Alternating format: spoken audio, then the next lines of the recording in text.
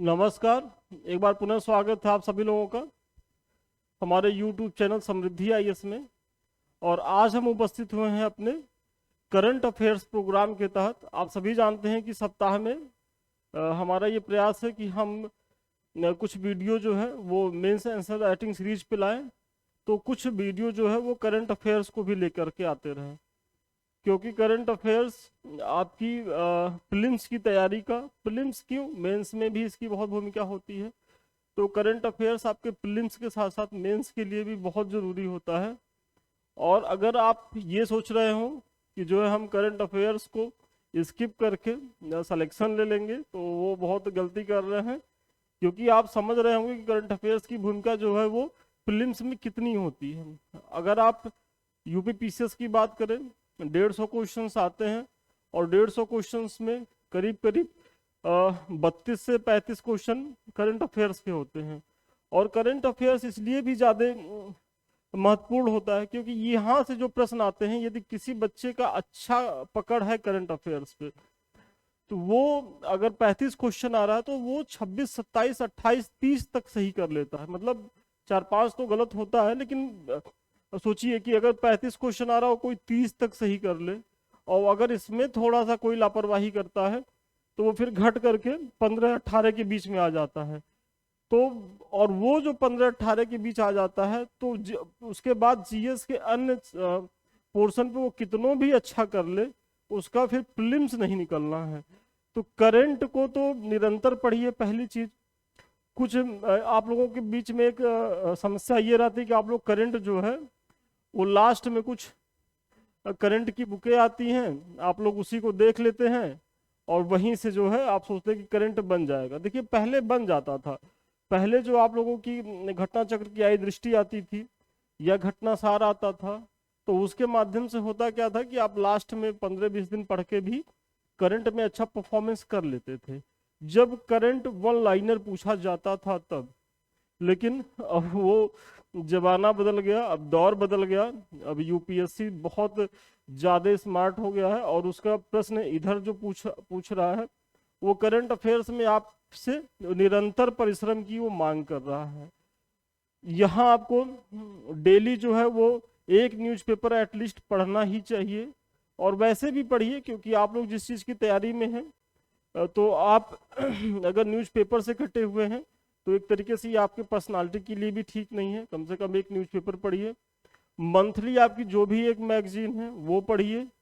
फिर वो जो घटना चक्र, घटनासार जो भी चीज़ें आती हैं परीक्षा के पहले, वो उपयोगी होती है। देखिए, मैं उनकी उपयोगिता को खारिज नहीं कर रहा हूँ, वो बहुत उपयोगी होती हैं, लेकिन वो तब और ज्यादा आपके लिए प्रभावी होंगी जब आप पीछे से इतना काम किए रहेंगे। क्योंकि करंट होता क्या है कि आप लोग जो है वो लास्ट मोमेंट के लिए छोड़ देते हैं, और उस समय चूंकि परीक्षा का इतना प्रेशर रहता है और भी जीएस के तमाम सेक्टर्स को कवर करना रहता है, तो करंट पे उस तरीके का समय नहीं दे पाते। और करंट में जो है वो सिल्ली मिस्टेक बहुत ज्यादा होता है। यदि आप बहुत एकाग्रचित होकर चीजों को नहीं पढ़े हैं, और कम से कम आपकी जो भी मैगजीन, जो भी पत्रिका, उसकी 3 रीडिंग यदि नहीं करते हैं, तो समझ लीजिए कि आपका करंट फिर आपसे गलत हो जाएगा। हमारे संस्थान द्वारा भी यही प्रयास है कि वीकली आपको कुछ क्वेश्चंस यहाँ ऐसे लाएं जिनकी बहुत संभावना है कि आपके प्रीलिम्स में आए, और साथ ही साथ करंट अफेयर से क्वेश्चंस को जो है वो कैसे टेकल करना है, किस लेवल पे जाके पढ़ना है, उसकी भी झलक हम आपको यहाँ दिखाएंगे। तो बने रहिएगा यहाँ लास्ट तक। तो चलिए, आइए हम अपना पहला क्वेश्चन देखते हैं। देखिए, हमारा पहला क्वेश्चन है, 6 जनवरी 2024 को देश का पहला सूर्य मिशन, देखिए पहला सूर्य मिशन आदित्य L1 सफलतापूर्वक लैग्रेंज पॉइंट 1 पर पहुंचा। इसके साथ ही भारत, अमेरिका और चीन के बाद सौर मिशन भेजने वाला विश्व का तीसरा देश बन गया है। देखिए, आप सभी जान रहे होंगे कि जो आदित्य मिशन है वो अभी संचालित किया गया। तो उसी से संबंधित ये 2 स्टेटमेंट है, आपको दोनों को बहुत ध्यान से पढ़ना है और बताना है कि केवल एक सही है, 2 सही है, दोनों सही है, कि कोई नहीं सही है। और जल्दी से आप लोग कमेंट करें कि इसका उत्तर क्या होगा।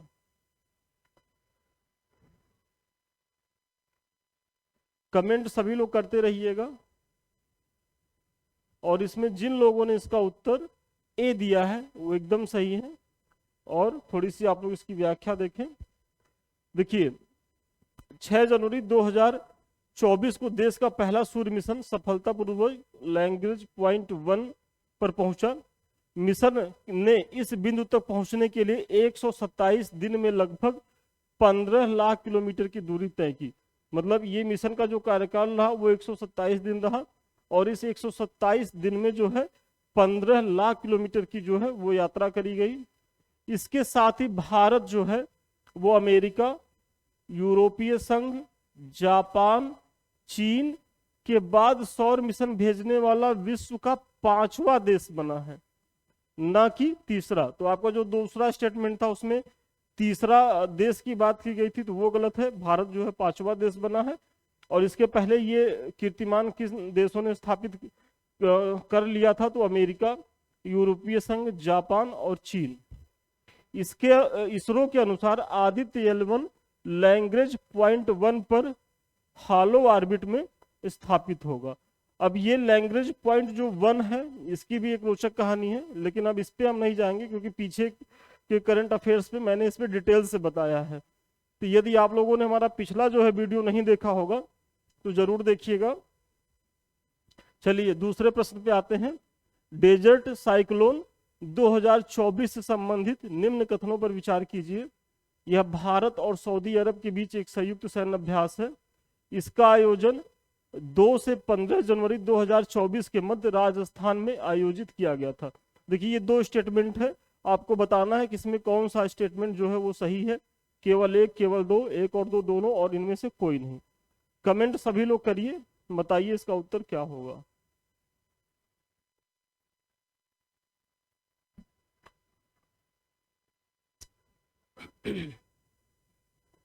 और इसमें जिन लोगों ने इसका उत्तर बी दिया है वो एकदम सही है। पहला स्टेटमेंट गलत है और दूसरा सही है। और थोड़ी सी व्याख्या देखिए। देखिए यह भारत और संयुक्त अरब अमीरात के बीच एक संयुक्त सैन्य अभ्यास है। डेजर्ट साइक्लोन जो 2024 सैन्य अभ्यास है वो भारत और संयुक्त अरब अमीरात UAE के बीच जो है हुआ है, न कि सऊदी अरब के बीच। तो आपका जो है पहला स्टेटमेंट गलत हो गया। कब हुआ? तो 2 से 15 जनवरी 2024 के मध्य। कहाँ हुआ? तो महाजन फील्ड है एक राजस्थान में, वहां हुआ है। तो आप जो है इसको भी याद रखिएगा, ये बहुत ही महत्वपूर्ण है, क्योंकि कभी कभी डेजर्ट साइक्लोन 2024 भारत और UAE के बीच जो सैन्य अभ्यास हुआ उसका आयोजन कहाँ किया गया, तो ऐसे भी प्रश्न पूछ लेगा। तो आपको याद रखना कि राजस्थान में किया गया है, और ये किनके बीच हुआ है ये तो आपको ध्यान देना ही देना है। चलिए आगे बढ़ने से पहले एक संक्षिप्त लेकिन बहुत ही महत्वपूर्ण सूचना। आप सभी जान रहे होंगे कि आप लोग की जो परीक्षाएं हैं प्रीलिम्स की वो काफी अब जो है लेट हो चुकी हैं, क्योंकि जुलाई में प्रस्तावित थी, लेकिन अब बहुत संभावना है कि वो परीक्षा आपकी अक्टूबर लास्ट में हो, और जो RO का पेपर है उसकी तो और ज्यादा लेट होने की संभावना है, वो दिसंबर लास्ट में जा रहा है आपकी जो परीक्षा है। तो अभी जो आपके पास 3 साढ़े 3 महीने का समय है, इस समय बहुत ही जरूरी है कि आप अपने मुख्य परीक्षा पर पूरा फोकस्ड हो जाइए, क्योंकि ये जान लीजिए कि जब आप प्रीलिम्स देंगे उसके बाद सोचेंगे कि हम मुख्य परीक्षा की तैयारी बहुत बेहतर तरीके से कर लेंगे, तो वो हो नहीं पाएगा, क्योंकि उसके बाद आपको उतना पर्याप्त समय नहीं मिलेगा। आप सोचिए GS के 6 पेपर GS के, फिर ऐसे सामान्य हिंदी, आप कहाँ से कर पाएंगे। तो हमारे संस्थान द्वारा भी जो है वो इसी को ध्यान में रखते हुए टेस्ट सीरीज का आयोजन किया जा रहा है। अभी हमारा जो नया बैच है देखिए 4 जून से स्टार्ट हो रहा है, और 4 जून से जो हमारा स्टार्ट हो रहा है उसमें हम 2 बैच स्टार्ट कर रहे हैं। एक तो हमारा GS 4th पेपर से शुरू हो रहा है, जिसकी फी मात्र 999 रुपए है, लेकिन ये ऑफर जो है अभी स्टार्टिंग के कुछ बच्चों के लिए ही है, तो आप लोग जल्दी से इसका लाभ लें। और दूसरा जो हमारा बैच स्टार्ट हो रहा है वो GS पेपर 5 और 6 के लिए हो रहा है, और ये भी 4 जून से ही स्टार्ट हो रहा है, और इसकी फी अभी 1499 रुपए है। देखिए अधिक जानकारी के लिए आप 7303307507 पे संपर्क करें, ऑफिस के लोग और बेहतर बताएंगे। हम यहाँ आपको थोड़ा सा बता दें कि इस टेस्ट सीरीज के माध्यम से हम आपको जो है डेली 2 क्वेश्चन देंगे, और उन 2 क्वेश्चन को आपको करीब करीब 10-12 घंटे का, क्या 18 घंटे का समय देंगे। 18 घंटे में जो है आपको उसको लिख करके भेजना है टेलीग्राम पे। उसके बाद शाम को 5 बजे तक उसकी मार्किंग, 5 बजे के बाद उसकी मार्किंग कर दी जाएगी, और 10 बजे तक जाते जाते आपको उसका मॉडल पेपर भी अवेलेबल करा दिया जाएगा। तो मतलब प्रत्येक टॉपिक से जो महत्वपूर्ण क्वेश्चन है वो आपके इस टेस्ट सीरीज के माध्यम से हो जाएंगे, पहली चीज। दूसरी चीज, आपका जो प्रत्येक टॉपिक है आप उसको कवर कर लेंगे इसके माध्यम से। तीसरी चीज, आपके अंदर जो मेंस आंसर राइटिंग करने का डर है जिससे आप लोग बहुत भागते हैं, वो खत्म होगा। क्योंकि देखिए मुख्य परीक्षा में यदि आप आंसर राइटिंग नहीं करेंगे, प्रैक्टिस नहीं करेंगे, तो फिर आप प्रीलिम्स देते रहिए, प्रीलिम्स निकालते रहिए और उसका एक रिकॉर्ड बनाते रहिए।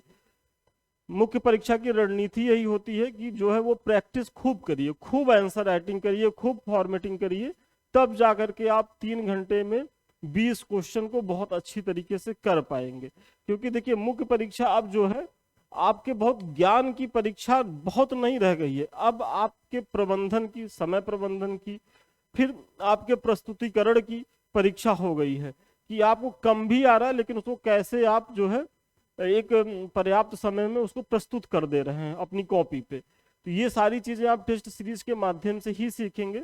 और सबसे बड़ी चीज यहाँ आपके ग्रुप में एक अच्छी बात यह है कि बहुत से सेलेक्टेड बच्चे भी जुड़े हुए हैं, उनकी भी कॉपी आप देखेंगे तो आपको ये लगेगा कि यदि वो हमसे बेहतर कर रहे हैं या वो सेलेक्ट हुए हैं पहले भी कमीशन के परीक्षाओं में, कोई आरओ है तो कोई यूपी पुलिस में इंस्पेक्टर है तो कोई लोअर पीसीएस है, कोई पीसीएस में ही एलाइड पद पे है, तो ये सारी चीजें आपको वहां देखने को मिलेंगी बैच में।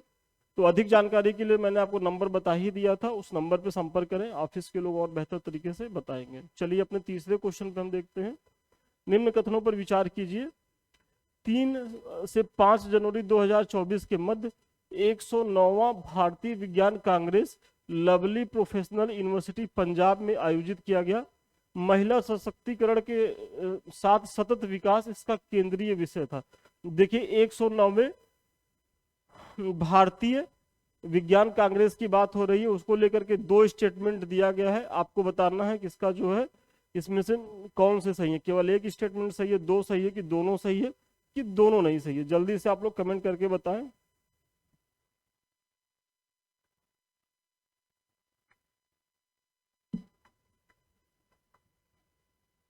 और इसमें जिन लोगों ने इसका उत्तर ए दिया है वो एकदम सही है। और देखिए मुख्य परीक्षा में भी अब आपको सॉरी प्रीलिम्स में भी आप देखेंगे कि इसी तरीके से जो है अब कमीशन प्रश्न पूछ रहा। अब वो 1 लाइनर नहीं पूछ रहा है कि आप फैक्ट याद करके गए और आप कहोगे, जब तक टॉपिक पे आप डेप्थ में नहीं पढ़ के जाएंगे नहीं कर पाएंगे। देखिए यहाँ क्या है कि ये आप जान रहे हैं कि 109वां जो है वो लवली प्रोफेशनल जो है यूनिवर्सिटी में आयोजित हुआ पंजाब में, ये आप जान रहे हैं, लेकिन इसकी थीम क्या थी। और ऐसे ही अभी पीछे आरओ का पेपर हुआ है जो निरस्त हो गया है, आप उसके करंट को देखिए कि किस तरीके से जाके पूछा है, या इसके पीछे जो पीसीएस की परीक्षाएं हुई है, आप विगत 2-3 सालों का ट्रेंड देखिएगा तो आपको जो है अब 2 स्टेटमेंट तो एटलीस्ट देखने को मिल ही रहा है आपके करंट अफेयर्स में। तो आपको भी इस तरीके से प्रश्न करने की आदत डालनी चाहिए, और जब भी टॉपिक को पढ़िए तो थोड़ा सा ठहर करके फैक्ट के साथ साथ थोड़ा सा उसको और ज्यादा डेप्थ में जाके पढ़ लिया करिए। चलिए 109वीं भारतीय विज्ञान कांग्रेस का आयोजन की बात है। कब हुआ? 3 से 5 जनवरी 2024 के मध्य। कहाँ हुआ? तो lovely professional university Phagwara Punjab में। किसके द्वारा हुआ? तो the Indian science Congress association के द्वारा हुआ। इसकी जो मुख्य विषय है वो सतत विकास के लिए विज्ञान और प्रौद्योगिकी पर वैश्विक परिप्रेक्ष्य। ये बहुत बहुत इंपॉर्टेंट है, इसको आप लोग जो है अंडरलाइन कर लीजिए, क्योंकि 109वां तो आप स्थान याद कर लिए, किस यूनिवर्सिटी में हुआ वो याद कर लिए, इसका विषय क्या था। और अगर आयोग थोड़ा सा और ज्यादा आपको परेशान करने पे आ जाए तो वो क्या करता है कि 1 साल के पहले का स्टेटमेंट पूछ लेता है। तो आपको 1 साल पहले की भी चीजें याद होनी चाहिए। तो वही इसमें कहा जा रहा है कि 108वां जो है भारतीय विज्ञान कांग्रेस 3 से 7 जनवरी 2023 के मध्य RTM नागपुर यूनिवर्सिटी नागपुर में आयोजित हुआ था। देखिए 109वां तो लवली पे हुआ पंजाब में, और 108वां कहाँ हुआ था? नागपुर में हुआ था। तो ऐसे कुछ प्रश्न होते हैं, जब आप PYQ देखेंगे तो वहां आप देखेंगे कि आयोग क्या करता है कि इस बार करना पूछ के वो पिछला डाटा पूछ लेता है, और ये आपकी जितनी भी मैगजीन्स होती है इसमें पिछला डाटा दिया भी रहता है। तो जब आप पढ़िए तो थोड़ा सा पीछे के डाटा को भी आप लोग देख लीजिए, वहीं नोट करके एक पॉइंट डाल दीजिए। तो अगर आयोग बहुत तूफानी करने पे आ जाता है तो कम से कम आप फिर गलत नहीं करेंगे, और यही आपका जो स्मार्ट वर्क है वो आपको भीड़ से अलग कर देगा। मतलब इस PT की प्रतिस्पर्धा में भी आप बहुत अच्छी स्थिति में बने रहेंगे। तो चलिए अगले प्रश्न को देखिए। 4 अक्टूबर 2023 को रसायन शास्त्र के नोबेल पुरस्कार 2023 की घोषणा की गई। इससे संबंधित निम्न कथनों पर विचार कीजिए। इस वर्ष यह पुरस्कार संयुक्त रूप से 3 वैज्ञानिकों मोंगी जी बाबेंडी, लुइस ई ब्रूस और एलेक्सी आई एकिमो को प्रदान किया जाएगा। देखिए ये पहला स्टेटमेंट है। किसकी बात हो रही है? रसायन शास्त्र। देखिए इसके पहले मैंने पिछले वीडियो में चिकित्सा का बता दिया है, शांति का बता दिया है, साहित्य का बता दिया है। तो आप लोगों ने अगर पिछला वीडियो नहीं देखा होगा तो जरूर देखिए, क्योंकि ये एक सीरीज ही है। तो जब तक आप पीछे नहीं देखे रहे होंगे तो आगे की चीजें आपको लगेगा कि देखिए सर ने बहुत इंपॉर्टेंट छोड़ दिया। देखिए छोड़े तो कुछ नहीं है, पीछे मैंने कराया है, तो आप लोग पीछे देखिएगा तो आपको मिलेगा। उन्हें यह पुरस्कार क्वांटम डॉट्स की खोज और संश्लेषण के लिए प्रदान किया जाएगा। आपको बताना है कि जो कथन है उसमें एक कथन सही है, 2 कथन सही है, कि दोनों सही है, कि कोई नहीं सही है। जल्दी से कमेंट करके बताइए इसका उत्तर क्या होगा। कमेंट सभी को करते रहना है। और इसमें जिन लोगों ने इसका उत्तर C दिया है वो एकदम सही है, इसके दोनों कथन सही हैं। देखिए रसायन शास्त्र का नोबेल पुरस्कार 2023 3 वैज्ञानिकों को दिया गया। अब इसमें थोड़ा सा ये भी याद कर लीजिए कि किस देश से। कभी कभी हुआ क्या है कि आपकी परीक्षाओं में आयोग जो है नाम तो पूछता ही पूछता है, उसके बाद ये स्टेटमेंट दे देता है कि किस देश से संबंधित रहे हैं, तो देश भी जान लीजिए। तो ये जो मोंगी जे बाबेंडी हैं ये फ्रांसीसी अमेरिकी रसायनज्ञ हैं। फिर लुइस ई ब्रूस ये भी अमेरिकी रसायनज्ञ हैं, और एलेक्सी आई एकिमो जो हैं वो रूसी मूल के अमेरिकी रसायनज्ञ हैं। मतलब देखिए मूलतः तो तीनों अमेरिका के हैं, मतलब सारी मतलब मूल अगर देखा जाए तो अगर रसियन मूल का है, कोई फ्रांसीसी मूल का है, लेकिन कार्य क्षेत्र लोगों का जो है वो अमेरिका ही रहा है, और वर्तमान नागरिकता भी लोगों की अमेरिका की ही है। तो यहाँ बहुत संभावना है कि आपका प्रश्न गलत नहीं हो, क्योंकि तीनों अमेरिकी हैं। तो आयोग अब वहां तक नहीं जाएगा।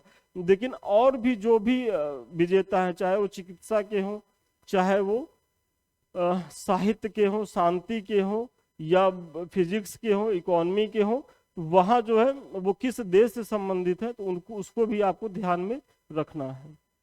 इन्हें यह पुरस्कार क्वांटम डॉट्स की खोज और संश्लेषण के लिए प्रदान किया गया। ये जो आपका दूसरा स्टेटमेंट था तो दोनों सही हो गया।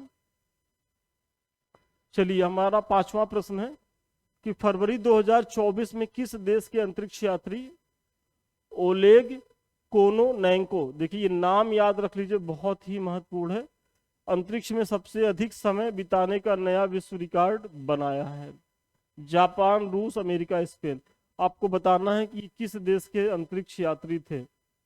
और चूंकि इस प्रश्न को हम इसलिए करवा रहे हैं कि यहाँ से ऐसे प्रश्न जो है आयोग पिछले अपने 2 परीक्षाओं में पूछा है, तो बहुत संभावना है कि एक बार फिर आ जाए। तो देखिए ये जो है ओलेग कोनोनेंको, ये जो है वो रूस के अंतरिक्ष यात्री हैं। और थोड़ी सी इसकी आप लोग व्याख्या देखें। फरवरी 2024 में अंतरिक्ष में सबसे अधिक समय तक बिताने का नया विश्व रिकॉर्ड बनाया किसने? ओलेग कोनोनेंकी, रूस के अंतरिक्ष यात्री हैं। इन्होंने वर्ष 2008 से लेकर अब तक की गई 5 यात्राओं, मतलब ये 5 बार अंतरिक्ष में गए हैं, के जरिए यह उपलब्धि हासिल की। और ये कब तक रहे? तो इन्होंने अंतरिक्ष में 878 दिन 12 घंटे से अधिक का समय जो है वो बिताया है।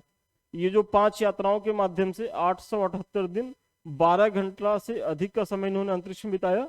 इससे पूर्व यह रिकॉर्ड रूस के ही अंतरिक्ष यात्री गैनेंडी पडाल्के के नाम था। मतलब ये गैनेंडी जो पडाल्का थे इनके नाम था, लेकिन अभी ये जो यात्रा हो गया है वो किसके नाम पे हो गया है?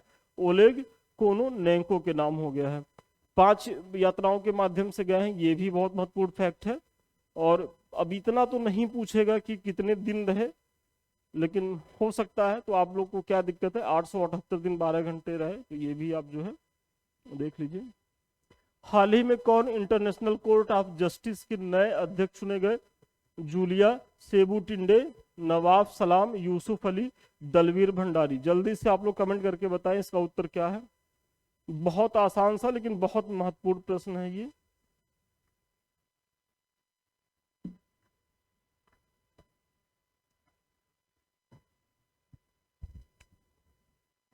और इसमें जिन लोगों ने इसका उत्तर भी दिया है ये एकदम सही है। आप लोगों को थोड़ा सा आईसीजे के बारे में जानना चाहिए, और इसको हम नहीं बताएंगे।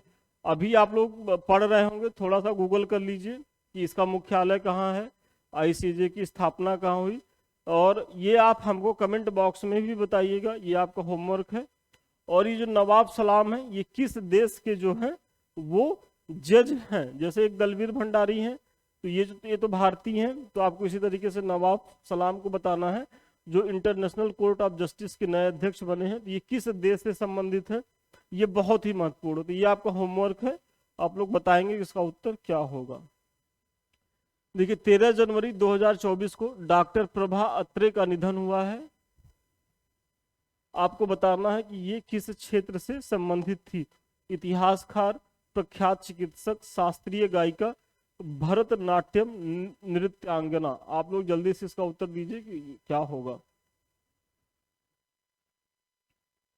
इतिहासकार, प्रख्यात चिकित्सक, शास्त्रीय गायिका, भरतनाट्यम नृत्यांगना। प्रभा अत्रे की बात हो रही है। और इसमें जिन लोगों ने इसका उत्तर दिया सी, वो एकदम सही है। ये शास्त्रीय गायिका थी। और थोड़ा सा इनके बारे में जानिए।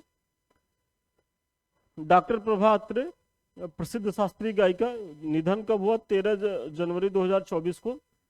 वह शास्त्रीय संगीत के किराना घराने से संबंधित थी। ये महत्वपूर्ण है क्योंकि पूछ लेता है। एक स्टेटमेंट दे दिया कि वो जो है शास्त्रीय संगीत से संबंधित थी, और इनका घराना पूछ ले तो आप घराने को भी याद रखेंगे कि इनका घराना कौन सा था? किराना घराना था, न कि बनारस या जयपुर या इटावा, ऐसा नहीं था। इनका किराना घराना था। इन्हें वर्ष 2022 में पद्म विभूषण और 2002 में पद्म भूषण तथा वर्ष 1990 में पद्मश्री से सम्मानित किया गया। देखिए अभी हाल ही में चूंकि 2022 में इन्हें पद्म विभूषण, जो भारत का द्वितीय सर्वोच्च पुरस्कार है, नागरिक पुरस्कार है, तो उसकी बात हो रही है। तो आप इसको भी याद रखें कि 2022 में मिला है इनको पद्म विभूषण, और ये किराना घराने से संबंधित रही हैं डॉक्टर प्रभा अत्रे।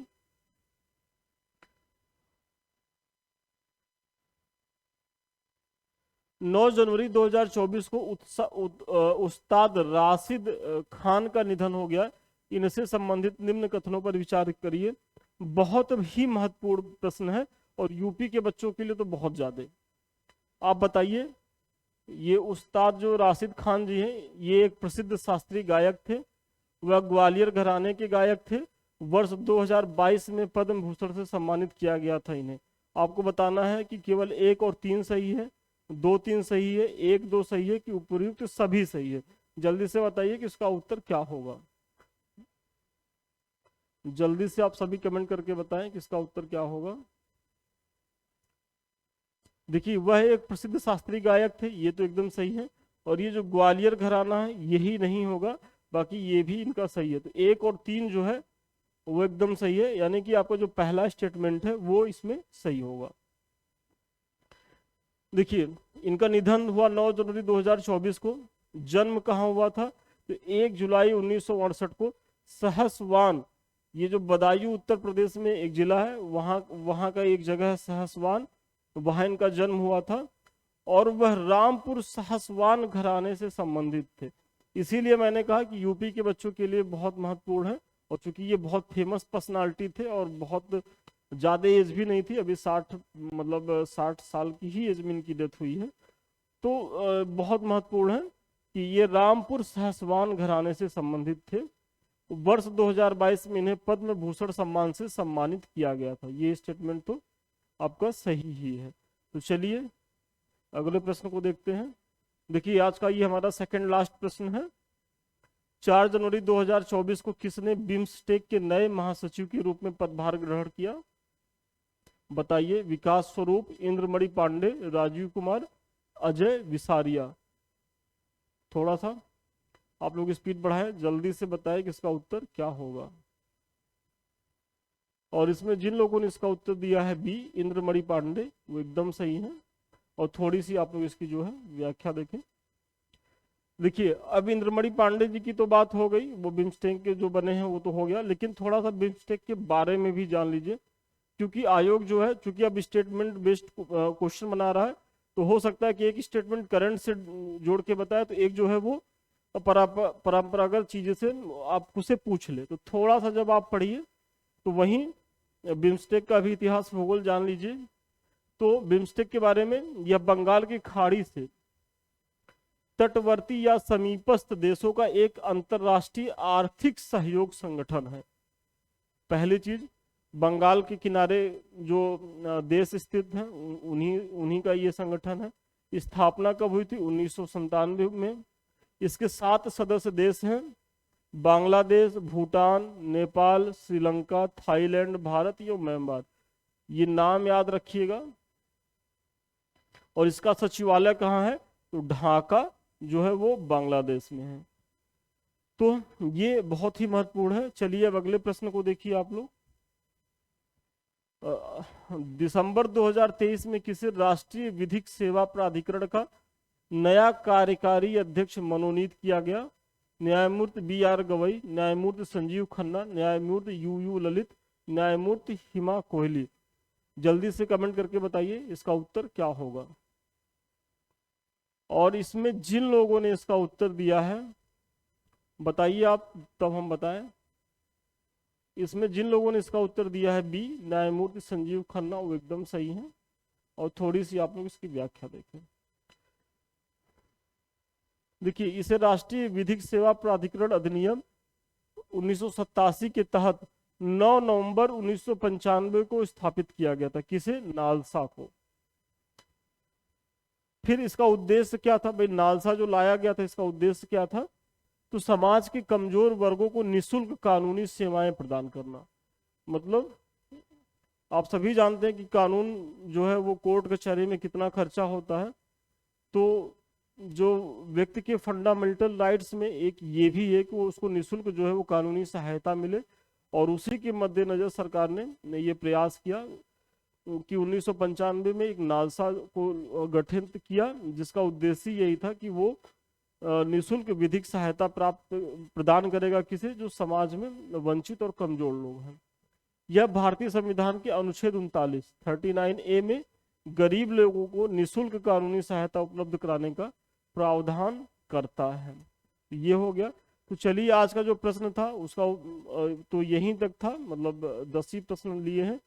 मुझे बहुत विश्वास होगा कि इस सीरीज के माध्यम से आपको करंट अफेयर से कुछ महत्वपूर्ण क्वेश्चन तो मिले ही होंगे, साथ ही साथ आपको करंट अफेयर्स को पढ़ना कैसे है वो हम कुछ हद तक सिखा पाए होंगे। अभी आप लोग जाइएगा नहीं।